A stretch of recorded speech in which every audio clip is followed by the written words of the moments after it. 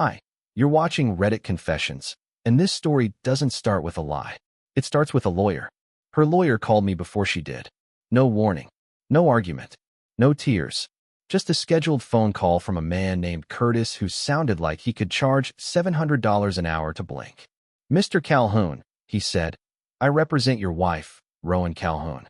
She's requesting an immediate dissolution of the marriage, with all further contact directed exclusively through me or my office. I thought it was a prank. Honestly, I asked him twice if this was some kind of scam. Then I heard her voice in the background. Calm, collected, saying the word, yes, like she was confirming a pizza order. That was the moment I realized my wife had already left me. Not physically, not yet, but emotionally. She was already in another world. She didn't even have the decency to say goodbye herself. She handed our history to a legal representative like it was too much clutter in her purse. The divorce papers were delivered an hour later. Standard stuff, except for one clause, a non-disclosure agreement. She wanted silence. Not just from me publicly, but personally. No texts, no questions, no closure. I don't think I've ever felt so disposable in my life. But Rowan made one mistake. She forgot to log out of our accounts. See, we shared everything financially, at her insistence. What's mine is yours, she once said. And for almost 10 years, I believed her. But her calendar was still synced to our cloud, and her backup email still sent notifications to our shared inbox. That's how I found out about the hotel suite she booked the night before. The dinner reservation under her maiden name. The transfer of $4,900 to a consulting firm that didn't exist before last month. And so I did what any heartbroken, blindsided, too nice for his own good husband would do. I called the bank, froze the checking account, the savings, canceled the credit cards she used most, moved the mortgage payment into a separate trust. And then, I waited. It's been 72 hours since I shut off the faucet. And Rowan just texted me, from a stranger's phone. I stared at the message on my screen for nearly a minute, unsure whether I was more shocked by the words or by the sheer arrogance of them. It came from an unknown number at 2:41 a.m. No greeting, no explanation. Just a single sentence. You had no right to freeze the accounts. My lawyer will be in touch. No hi. No can we talk. No acknowledgement of what she'd done. Not a whisper of regret. Just entitlement wrapped in legal threat. My hands were shaking, not with fear, but with disbelief. I kept reading the line over and over again like it would somehow change. Like there'd be a second text saying, I'm sorry. I panicked. Let's talk. But nothing followed. I didn't reply. I just sat on the edge of our bed, my bed now, I guess, while the silence crawled around me like a fog. It wasn't the money that broke me. It was how easily she erased me. Like I was just a transaction to end. I thought the silence she demanded through her lawyer would feel cold. But this was something else entirely. It was contempt. At 9:06 a.m., I got another message, this time from her actual number. She'd clearly switched back to her own phone, maybe realizing the burner wouldn't get her very far. The tone was different now. Softer, but still laced with pressure. Emery, we need to resolve this like adults. You freezing the funds put me in a difficult position. I didn't want things to get ugly. Didn't want things to get ugly? She'd already lawyered up behind my back, blindsided me with divorce papers, and signed an NDA so tight it could suffocate a ghost. And now she was talking about me making things ugly? I couldn't believe it. For 9 years, I bent over backwards to avoid conflict. I let her win arguments I should have fought harder in. I let her treat me like background noise just to keep the peace. But now that I'd finally taken one step to protect myself, I was suddenly the villain in her narrative. Still, part of me wanted to respond. To ask her why. To understand what I did that pushed her so far she couldn't even speak to me directly. But then, I remembered something I saw in those cloud notifications. A calendar invite. It was titled, Sophie's Baby Shower, RSVP for 2. Sophie is Rowan's co-worker. She's never liked me much. Always gave me that look, like I was holding Rowan back from some better, shinier life. The event was scheduled 2 weeks from now, and the RSVP said confirmed. But the detail that gutted me? It was confirmed under the name Rowan and Vince. Vince. I didn't even know who the hell Vince was. And that's when it hit me. The consulting firm she sent money to? The new hotel rewards account under a last name that wasn't hers or mine. She wasn't just leaving. She'd already replaced me. This wasn't a betrayal in progress. It was a betrayal already polished, packaged, and paraded through mutual friends like a done deal. And she thought I'd stay silent? No, this wasn't about getting even. This was about understanding how long she'd been planning this, and what else she didn't expect me to find. Because freezing her accounts was just the beginning, and I wasn't done digging. The thing about betrayal is, it leaves a trail. And sometimes, that trail hides in plain sight, waiting for the person you underestimated to look a little closer. She counted on me being spineless. She counted on me following her lawyer's silence order like I always followed her rules. But what she didn't count on was me waking up, finally, and deciding to look at what she thought I'd never check. Our shared office still had her old work laptop.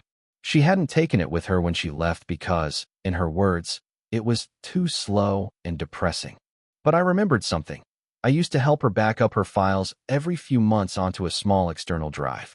It was my idea, and I was the one who set it up. She never touched it, probably forgot it existed.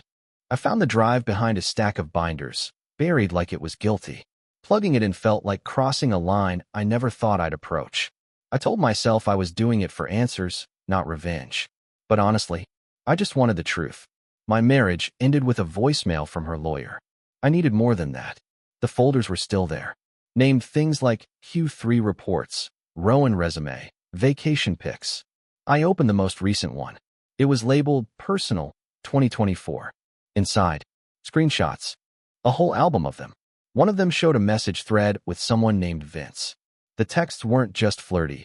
They were intimate, casual, established. The kind of language that only forms when two people have been hiding something for a long time. He called her Red. I'd never heard that nickname in my life. Another folder had photos. Not scandalous. Rowan was too smart for that. But candid. One was of them in a bookstore, laughing over something. Another was them at a rooftop bar I'd never been to. And the worst? A photo of her asleep on his chest, in the same pajama top she used to wear when she curled up with me. The caption on it said, "Can't wait until we stop pretending."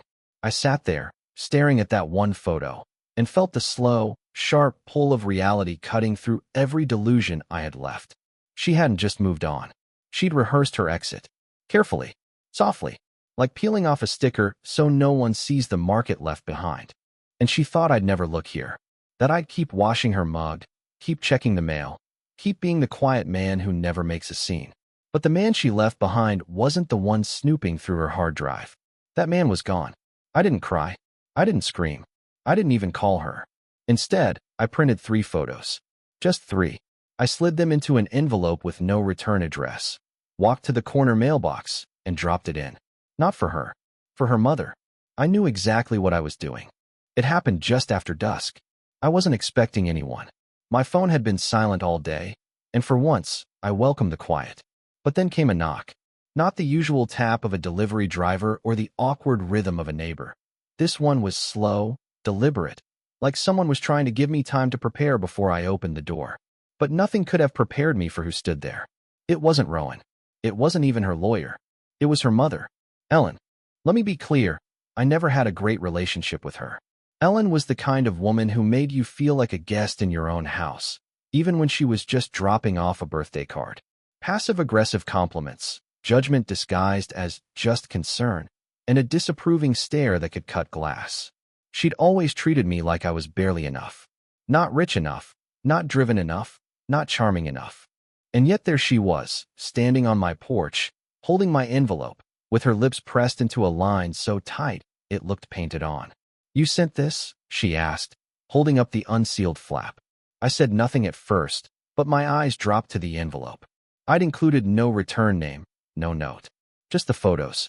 She must have recognized the places, or maybe even the man. "I did," I replied, voice flat.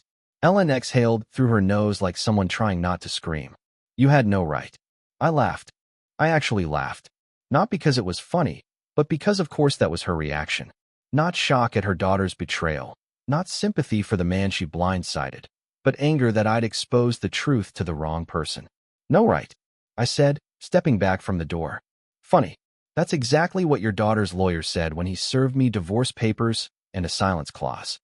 She stepped into the entryway without being invited.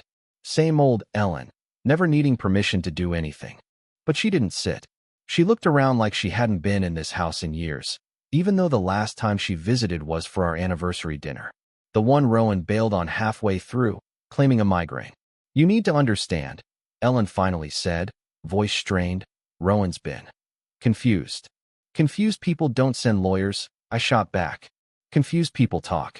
Rowan planned this. Meticulous. Quiet. Cowardly. She flinched, and I could tell she wasn't ready to hear that. But then, something shifted in her face. Like the mask cracked just a little. And then she whispered something I didn't expect. I didn't know about Vince. I looked at her sharply. She was trembling slightly, fingers fidgeting with the strap of her purse.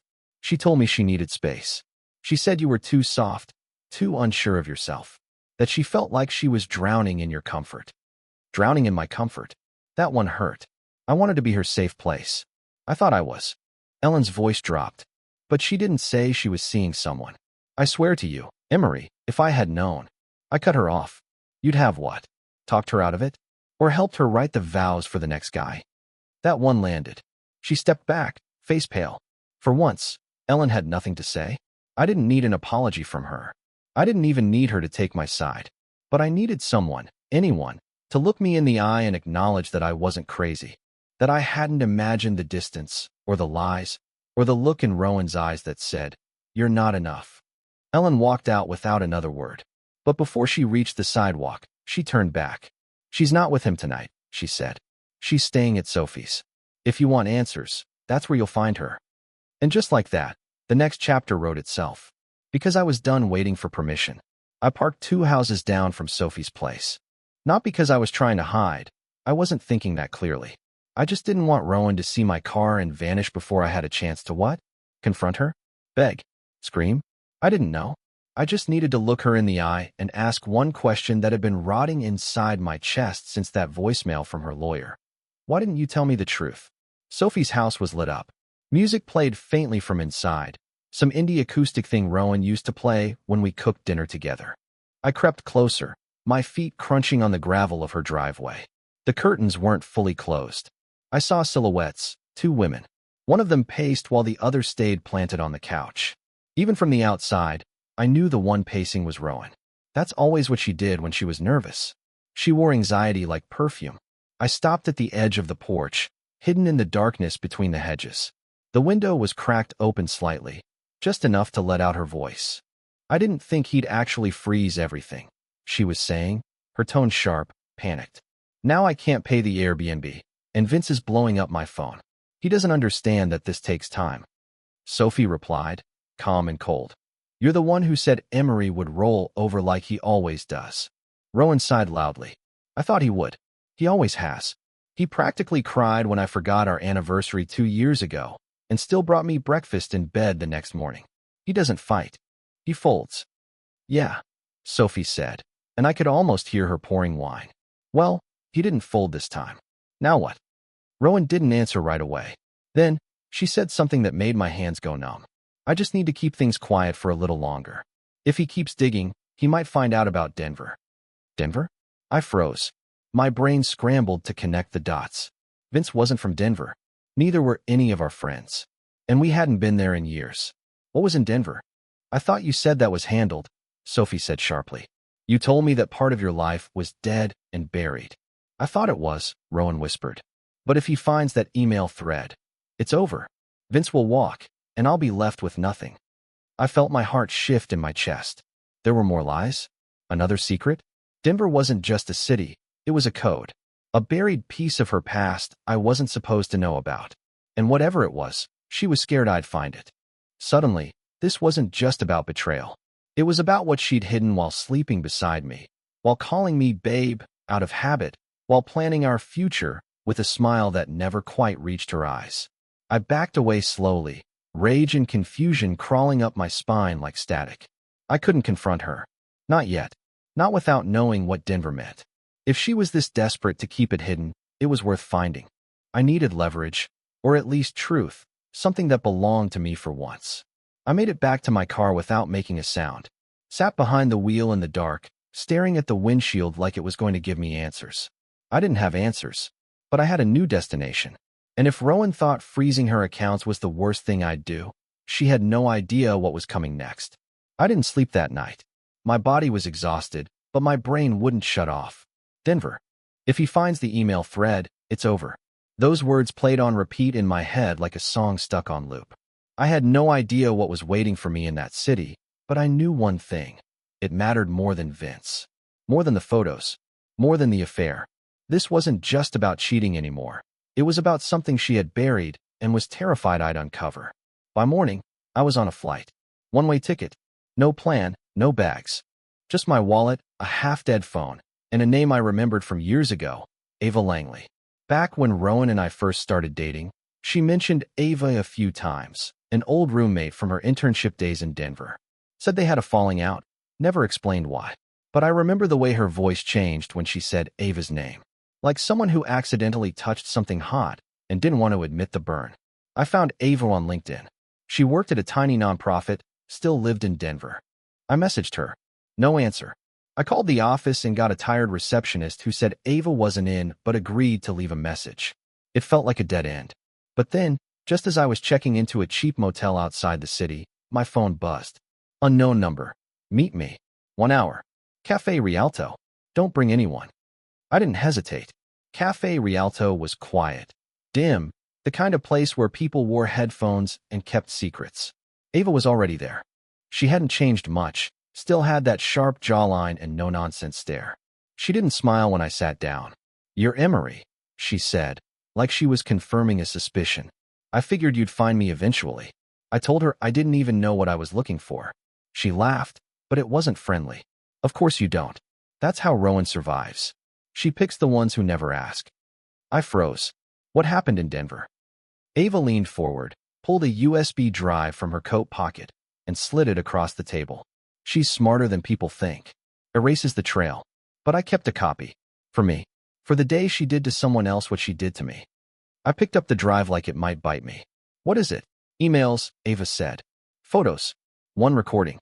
You'll understand when you see it." She stood to leave. No goodbye. No closure. Just handed me the truth, like it was a curse she couldn't carry anymore. Back in the motel, I plugged it into my laptop.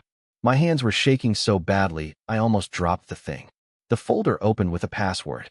I tried her birthday. It worked. And what I saw made my stomach twist. There were emails between Rowan and a man named Daniel, dated back nearly 12 years. Explicit. Deceptive. But the worst part? The dates. The timeline. They overlapped with the very beginning of our relationship. Photos of Rowan with Daniel in Denver, his arm around her, both of them in a hotel room mirror. Her signature on a lease agreement they shared for nearly a year. She'd told me she was crashing on couches during her internship, that she couldn't afford her own place. And then there was the recording. Audio only. A phone call. Rowan's voice, unmistakable. "Daniel, if anyone finds out about the internship fraud, I lose my career. I lied on the application, you know that. The references. Everything. It was supposed to be temporary. I didn't think he'd ever come looking." And just like that, it all snapped into place. This wasn't just a cheating story. It was a con. From the very beginning. And I had proof. I didn't go home right away. I sat in that motel room staring at the drive like it was ticking. The truth inside it was heavier than anything I'd ever held, and I knew that once I used it, there'd be no going back. This wasn't some petty revenge move. This was going to explode the carefully polished life she'd built, the version of herself she sold to everyone. Colleagues, friends, even her own mother. And suddenly, I realized how much of my marriage had been built on borrowed identities and carefully edited memories. I could have posted it online. I could have sent it to her job or blasted it to her social circle. But that would have made me just as cruel as she was. And despite everything, I still wasn't that person. I didn't want chaos. I wanted accountability. Quiet. Permanent. Undeniable. So I sent it to her lawyer. I packaged it anonymously. No letter, no explanation, just the drive, labeled for discovery. Sent it express, signature required. I knew he'd open it. Lawyers open everything when it comes from a client's spouse. I imagined him sitting at some overpriced desk, expecting boring paperwork, and then hearing Rowan's voice in a recorded call admitting to professional fraud and timeline manipulation that could end more than just a relationship. It could kill her career. Then I waited. 3 days later, I got an email from Rowan. No greeting. No pleasantries. Subject line, "What did you do?" She didn't even use a question mark. Just a flat accusation. I didn't reply.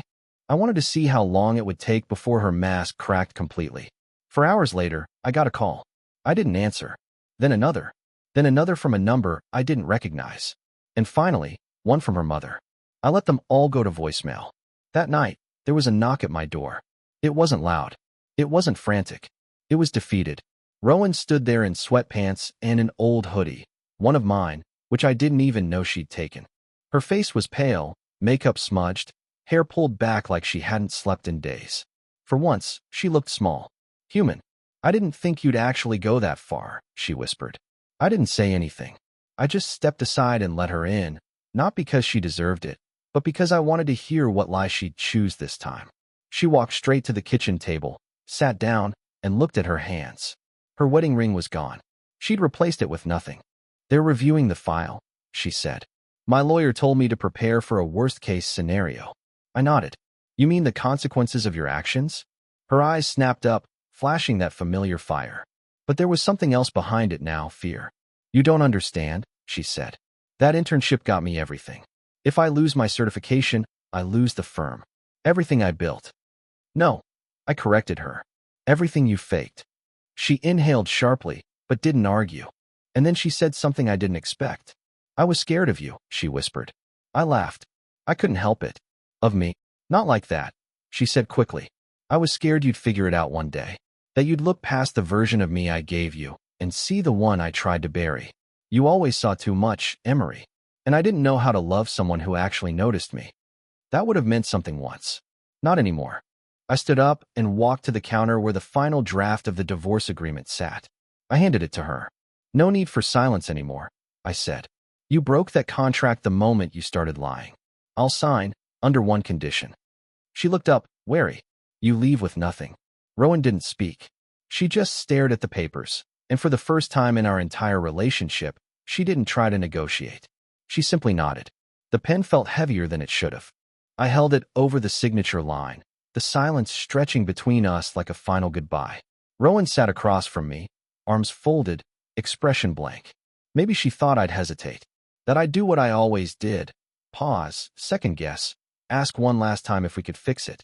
But I didn't. I signed my name cleanly, no shaking, no extra marks. And just like that, it was over. She didn't say goodbye.